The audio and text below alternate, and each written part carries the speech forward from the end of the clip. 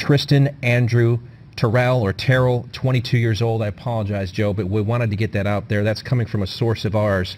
We don't know if that's Erica, the man we saw being led away with his head down, right. Who looked like that was how a suspect would be treated, but this is who police are telling us is their suspect, the man who would be accused of, at this point, 2 homicides. This may come as a complete shock to you if you're coming out of a coma that you've been in for the last 4 decades. The last shooting that just happened, or supposed shooting at UNC Charlotte, took place in a gun-free zone. As a matter of fact, 98% of all mass shootings that have taken place since 1950 have taken place in gun-free zones. And just to prove this was a gun-free zone, this is from UNC Charlotte, University Policy 702, Weapons on Campus. When you click that link, you get this right here. Executive summary. It is a violation of state criminal law and university policy to possess or carry any weapon as defined below on the university campus, except as otherwise provided by law. In other words, it is absolutely forbidden for you to carry a weapon on this campus. And if they find you carrying a weapon, well, you're going to be penalized and you'll be viewed as a criminal. So the only people who are going to obey this law, and by the way, guys, they're trying to make gun confiscation laws and gun control laws, which are really people control laws. They're trying to make these in the face of the extreme law of a gun-free zone failing to work time and time again. That's right. The name again, Tristan Andrew Terrell, 22 years old, a police source giving us this information.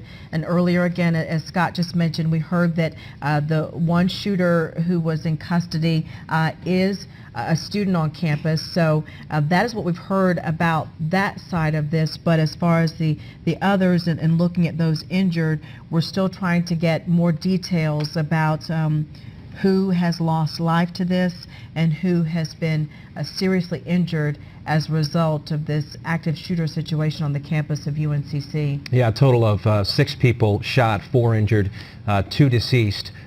We've been told the injured taken to CMC Maine and hoping they can make a full recovery. But medic did say the number of injured and possibly the number of deceased is not set in stone. That's just what they had to offer us when they gave us that update a short time ago. If you are getting home tonight, just right now, this is that suspect I mentioned really quickly. So we have a name here. Is this the person we're talking about? We just don't know. But police say Tristan Andrew Terrell, 22 years old, is their suspect. We also have this video, and we'll try to see if the two are connected as we continue on this. But again, the shooting, the alert came down at 5:50 from the Niner alerts, and we were live on the air about 4 or 5 minutes after that. So we've been live on the air since then. We cannot tell you the threat is over, although a suspect is in custody, but CMPD is saying after this shooting at Kennedy Hall, they are going to go throughout campus and make sure that that entire campus is safe. And that means going through the buildings to make sure there's no one hiding in a closet or there's no one in a basement that has a gun. That's going to take time, and that's going to take a lot of resources and manpower. And we certainly see that here as we see all those police cars. It doesn't matter how many laws you throw at a problem. No amount of laws is going to make a criminal start obeying those laws. So what you have in gun-free zones are criminal empowerment zones, victim zones, victim creation zones. And the victims who are created by policymakers and policy enforcers. Because let's face it, if you're a law abider, you literally want to obey the law. And if you obey the law and don't bring a gun into a gun-free zone on the day that a criminal brings his gun into a gun-free zone, guess what? Your obedience to that law might lead to your death. So I'm going to play this news story coming out of North Carolina, and I just want us to keep in mind as we watch this, all laws are nothing more than the opinions of men backed by the threat of force.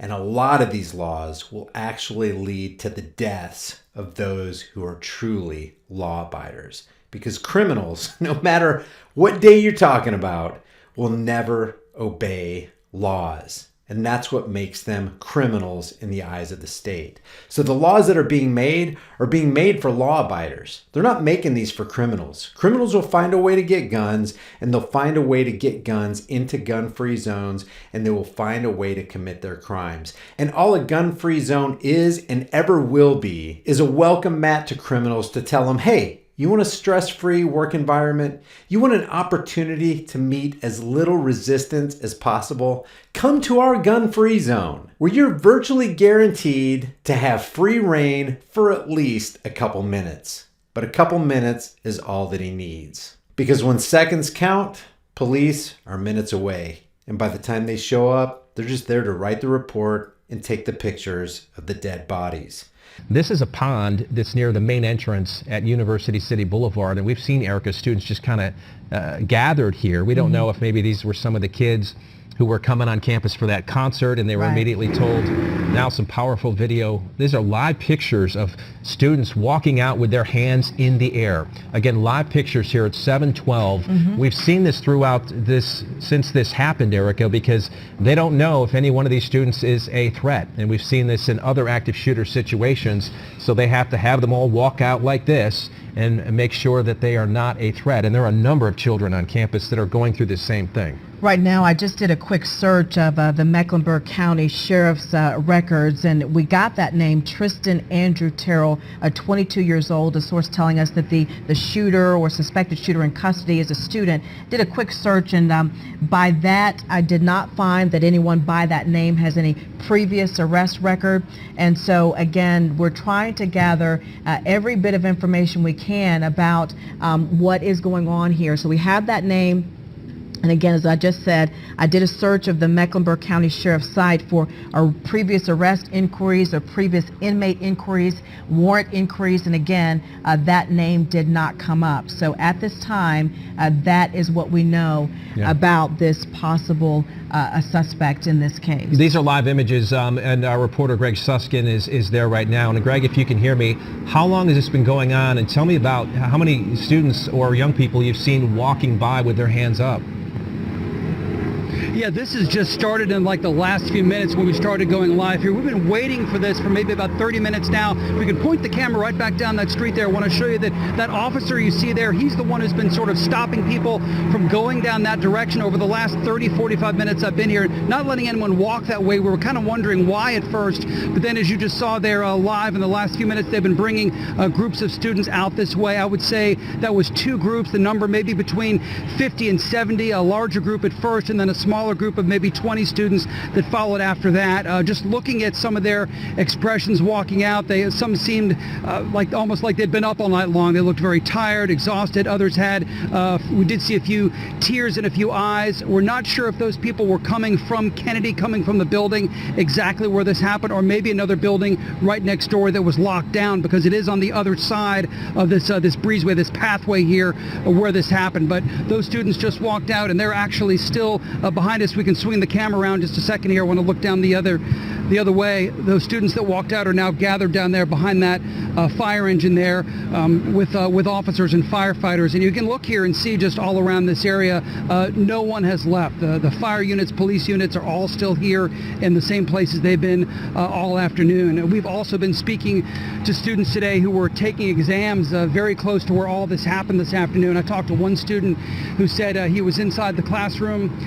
The teacher started to notice that something was going on, got an alert. Someone came in and told her the campus was on lockdown because of a shooter. Said that the teacher immediately went out, walked around in the hallway, shut the door, made sure things were on lockdown in that building, and then continued giving the exam. I thought that was a little odd that he said they continued their exam, but he said she was obviously really trying to keep us all very calm and collected and allow us to keep our exam going. And this happened about 200 yards away from where that shooting happened. If you guys enjoy these videos, subscribe to the channel, hit the bell notification icon, give it a thumbs up, and share it with everybody you know. If you guys enjoy these videos, be sure to subscribe to the channel, hit the bell notification icon, give it a thumbs up, and share it with everybody you know. Also, check out over 100 hard-hitting designs in the shirt store, and if you want to support more content, hit me up on Patreon or PayPal. All those links will be in the description and in the pinned comment. I'll see you guys in the next heavily censored shadow ban video.